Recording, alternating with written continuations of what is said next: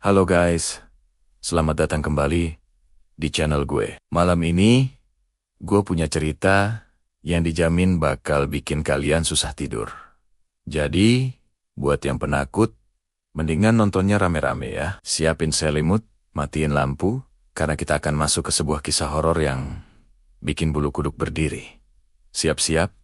Ya, ini dia, kisah dari kamar ke-13. Cerita ini berawal dari sebuah asrama kos tua yang letaknya terpencil, jauh di pinggiran kota, jauh dari hiruk-pikuk kehidupan. Bangunannya udah lapuk dimakan usia, catnya mengelupas di mana-mana, dan suasananya selalu terasa suram. Bahkan di siang hari bolong, warga sekitar sering berbisik-bisik, bilang kalau tempat itu angker. Banyak cerita simpang siur, tapi nggak ada yang berani membuktikannya. Suatu hari, sekelompok mahasiswa baru pindahan ke kota itu. Karena budget yang mepet, mereka terpaksa mencari tempat tinggal yang murah. Setelah mencari kesana kemari, satu-satunya pilihan yang masuk akal adalah asrama kos tua itu. Awalnya mereka ragu melihat kondisi bangunan yang sepertinya sudah lama ditinggalkan. Tapi, sang penjaga kos yang misterius meyakinkan mereka kalau tempat itu aman, walau memang sudah tua. Tanpa pikir panjang, mereka pun setuju untuk tinggal di sana. Tidak menyadari malapetaka apa yang sedang menanti mereka. Hari pertama mereka di sana terasa biasa saja. Mereka sibuk birs-birs kamar masing-masing, mencoba membuat tempat itu senyaman mungkin. Tapi, seiring malam tiba, suasana mulai berubah. Udara terasa lebih dingin, dan suara-suara aneh mulai terdengar. Suara langkah kaki di lorong yang kosong, bisikan-bisikan lirih yang entah datang dari mana. Mereka mencoba mengabaikannya, berpikir itu hanya imajinasi karena lelah. Keesokan harinya, saat sedang iseng menjelajahi setiap sudut asrama, mereka menemukan sesuatu yang ganjil. Di ujung lorong lantai paling atas, ada sebuah pintu kayu usang yang tidak tercantum dalam denah bangunan yang diberikan penjaga. Di atas pintu itu terukir angka 13 yang sudah hampir pudar. Kamar ke-13, rasa penasaran mengalahkan rasa takut mereka. Kenapa kamar ini disembunyikan? Kenapa tidak ada di denah? Salah satu dari mereka, yang paling berani, mencoba memutar gagang pintunya. Anehnya, pintu itu tidak terkunci. Dengan dorongan pelan, pintu itu terbuka dengan suara derit yang memekakan telinga. Begitu pintu terbuka, hawa dingin yang menusuk tulang langsung menyergap mereka. Bagian dalam kamar itu gelap gulita. Lebih gelap dari malam tanpa bintang. Cahaya dari lorong seakan enggan masuk, tertelan oleh kegelapan pekat di dalamnya. Didorong oleh rasa penasaran yang tak terbendung, mereka memutuskan untuk masuk, hanya berbekal senter dari ponsel masing-masing. Di dalam, perabotannya ditutupi kain putih yang sudah berdebu tebal, seolah sudah puluhan tahun tidak tersentuh. Bau apek dan lembab memenuhi ruangan. Saat mereka berada di tengah ruangan, tiba-tiba, berak, pintu di belakang mereka terbanting, menutup dengan keras. Mereka terperanjat, kaget. Mereka mencoba membuka pintu itu lagi, tapi gagangnya macet. Pintu itu seolah terkunci dari luar. Kepanikan mulai melanda. Saat itulah kejadian-kejadian aneh yang sesungguhnya dimulai. Kain putih penutup perabotan mulai bergerak sendiri, seolah ada yang meniupnya dari bawah. Terdengar suara tangisan seorang wanita dari sudut ruangan yang gelap. Barang-barang kecil mulai berjatuhan dari rak, satu persatu.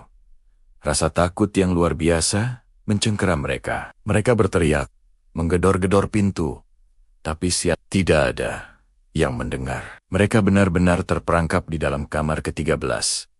Senter ponsel mereka mulai berkedip-kedip, lalu mati satu persatu, meninggalkan mereka dalam kegelapan total. Dalam keputusasaan, mereka meraba-raba dinding, mencari jalan keluar lain. Salah satu dari mereka tanpa sengaja menekan bagian dinding yang terasa berbeda. Tiba-tiba, dinding itu bergeser, membuka sebuah celah sempit. Mereka menemukan rahasia kamar ke-13.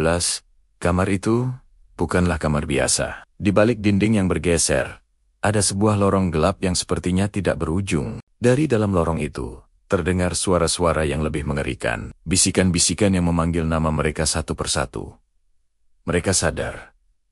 Kamar ini adalah sebuah gerbang, pintu menuju dimensi lain yang penuh dengan kengerian. Mereka tidak punya pilihan. Tetap di kamar, berarti menunggu nasib buruk.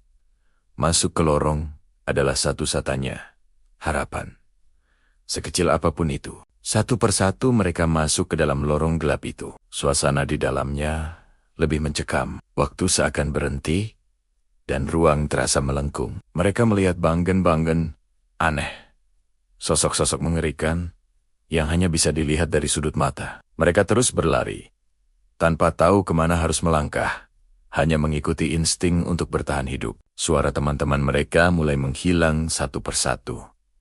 Ditelan oleh kegelapan. Hanya teriakan mereka yang menggema sesaat sebelum lenyap selamanya. Hanya satu mahasiswa yang berhasil selamat. Dengan sisa tenaga, dia terus berlari hingga akhirnya melihat seberkas cahaya di ujung lorong. Dia berlari sekuat tenaga menuju cahaya itu, dan akhirnya berhasil keluar, kembali ke lorong asrama yang tadi. Nafasnya tersengal-sengal. Tubuhnya gemetaran hebat. Dia segera berlari keluar dari asrama terkutuk itu. Tidak pernah menoleh ke belakang. Dia berhasil kabur. Dia selamat. Bertahun-tahun berlalu. Tepatnya 10 tahun kemudian, mahasiswa yang selamat itu kini sudah menjadi orang dewasa. Mencoba menjalani hidup normal, meskipun trauma masa lalu itu tidak pernah benar-benar hilang. Suatu malam, dia tidak bisa tidur. Rasa penasaran yang aneh mendorongnya untuk mencari berita tentang asrama tua itu di internet. Dia menemukan sebuah video lama, sebuah rekaman vlog dari sekelompok mahasiswa yang baru pindah ke sebuah asrama tua. Dengan jantung berdebar kencang, dia memutar video itu. Dia melihat wajah-wajah yang sangat dikenalnya.